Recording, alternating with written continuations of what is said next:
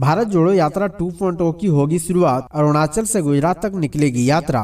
कांग्रेस भारत जोड़ो यात्रा के बाद अब देश के पूर्वी हिस्से से पश्चिमी भाग के बीच यात्रा निकालने पर विचार कर रही है। संभव है कि यह यात्रा अरुणाचल प्रदेश के पासीघाट से गुजरात के पोरबंदर के बीच निकाली जाए। पार्टी महासचिव जयराम रमेश ने पीटीआई भाषा के साथ बातचीत में यह जानकारी दी। इससे पहले कांग्रेस के पूर्व अध्यक्ष राहुल गांधी ने पार्टी के महाधिवेशन में दिए अपने संबोधन के दौरान यात्रा के बारे में संकेत दिए। राहुल गांधी ने कहा, पार्टी अध्यक्ष मल्लिकार्जुन खड़गे तपस्या को आगे बढ़ाने का कार्यक्रम तैयार करें, जिसमें सभी भाग लेने के लिए तैयार हैं। राहुल गांधी मौके पर अपनी इस यात्रा को तपस्या का नाम दे चुके हैं।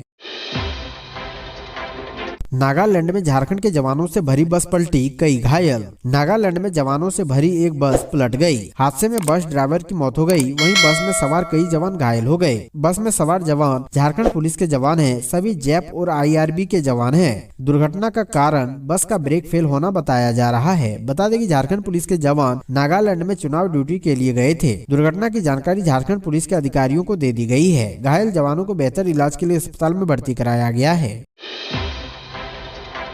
गया में बम डिफ्यूज करने के दौरान हुआ ब्लास्ट, दरोगा, एएसआई व 3 सिपाही घायल। बिहार के गया में बम डिफ्यूज करने के दौरान विस्फोट हो गया। इस ब्लास्ट में बम डिफ्यूज कर रहे बीएमपी के 2 जवान के साथ ही 3 अन्य पुलिसकर्मी भी बुरी तरह से घायल हो गए।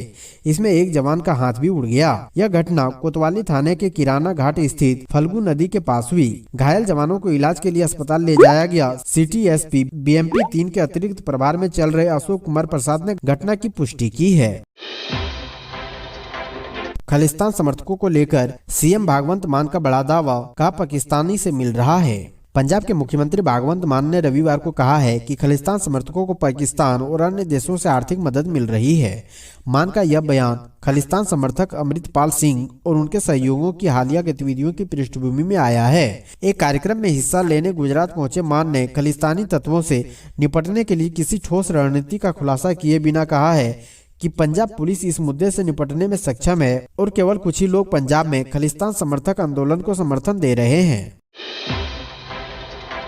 विजय चौधरी बोले, बीजेपी के दरवाजे पर आवेदन लिए नहीं खड़े नीतीश। गृह मंत्री का बयान भाजपा की बेचैनी का प्रमाण। बिहार के वित्त मंत्री एवं जदयू के वरिष्ठ नेता विजय कुमार चौधरी ने रविवार को कहा है, बिहार दौरे के क्रम में केंद्रीय गृह मंत्री अमित शाह का बयान भाजपा की बेचैनी का प्रमाण है। बिना किसी प्रस्ताव के अमित शाह द्वारा बार बार यह कहना कि नीतीश कुमार को एनडीए में नहीं लिया जाएगा, यह केवल भाजपा की मानसिक कुंठा का परिचायक है। उन्होंने कहा कि नीतीश कुमार कोई दाखिले का आवेदन लेकर भाजपा के दरवाजे पर खड़े तो नहीं है, फिर यह बात कहां से उपजी है।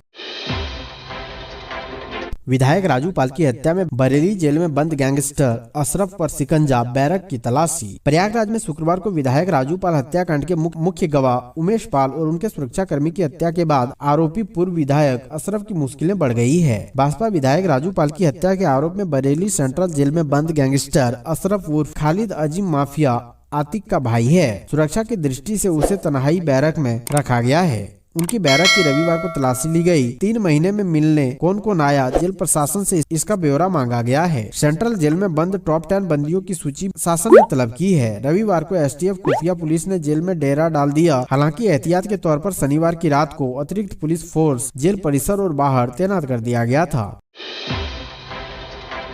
स्मृति ईरानी ने शेयर की अपने थ्रोबैक फोटो शूट की तस्वीर, बोली हमारा भी एक जमाना था। लोकप्रिय अभिनेत्री से नेता बनी स्मृति ईरानी सबसे प्रतिभाशाली हस्तियों में से एक हैं। एकता कपूर के हिट शो क्योंकि सास भी कभी बहू थी बाद स्मृति ने स्टारडम हासिल किया। उन्हें तुलसी वीरानी के किरदार में देखा गया। इसके बाद उन्होंने पीछे मुड़कर नहीं देखा क्योंकि उन्हें अपार पहचान मिली और उन्होंने कई प्रोजेक्ट किए। स्मृति ने तब राजनीति में रुचि विकसित की और अब केंद्रीय महिला एवं बाल विकास मंत्री और अल्पसंख्यक मामलों की मंत्री है। स्मृति ईरानी ने अपने शूटिंग के दिनों को अक्सर साझा करती रहती है। अब उन्होंने इंस्टाग्राम पर एक तस्वीर शेयर की है जो पुराने दिनों की है। इसके साथ ही हैशटैग में उन्होंने हमारा भी एक जमाना था लिखा है। इस फोटो शूट में वो व्हाइट सूट में लाल दुपट्टा थामे हुए पोज दे रही है। उनकी तस्वीरों पर फैंस जमकर कमेंट कर रहे हैं।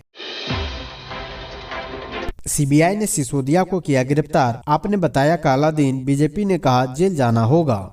केंद्रीय अन्वेषण ब्यूरो यानी सीबीआई ने 2021-22 की आबकारी नीति लागू करने में कथित भ्रष्टाचार को लेकर दिल्ली में उप मुख्यमंत्री मनीष सिसोदिया को करीब 8 घंटे की पूछताछ के बाद रविवार शाम गिरफ्तार कर लिया। अधिकारियों ने यह जानकारी दी। सिसोदिया दूसरे दौर की पूछताछ के लिए सुबह करीब 11:55 पर सीबीआई मुख्यालय पहुंचे। बता दें कि दिल्ली आबकारी नीति घोटाला मामले में कई सवाल जवाब उनसे पूछे गए हैं। सीबीआई ने उन्हें घोटाला के आरोप में गिरफ्तार किया है। बता दें कि मनीष सिसोदिया की आज कोर्ट में पेशी होनी है।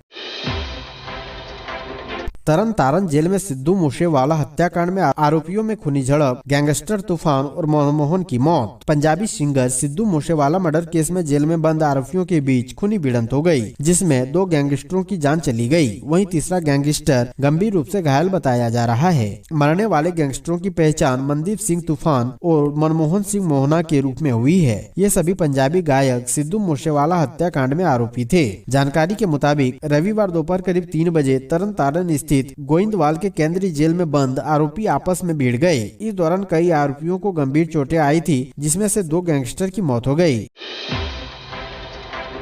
गृह मंत्री अमित शाह पर ललन सिंह का पलटवार, बोले दिल्ली में संभल नहीं रहा अपराध, बिहार में बता रहे जंगल राज। जनता दल यूनाइटेड ने रविवार को केंद्रीय गृह मंत्री अमित शाह पर जमकर हमला बोला। शनिवार को बिहार दौरे पर आए केंद्रीय गृह मंत्री अमित शाह के बयानों पर पलटवार करते हुए जदयू ने न केवल उसे झूठ का पुलिंदा बताया है, बल्कि उसे हताशा करार दिया है। जदयू के राष्ट्रीय अध्यक्ष ललन सिंह ने कहा है कि भाजपा के लोग सही से होमवर्क नहीं करते हैं। केंद्रीय गृह मंत्रालय ही आंकड़े जारी करता है, लेकिन गृह मंत्री उसकी पड़ताल तक नहीं करते हैं। बिहार में जंगल राज होने के बयान पर ललन सिंह ने कहा है कि बिहार और दिल्ली के क्राइम का आंकड़ा मिला लें, दिल्ली उनके पास है। उनसे दिल्ली में अपराध संभल नहीं रहा है, बिहार में जंगल राज बता रहे हैं।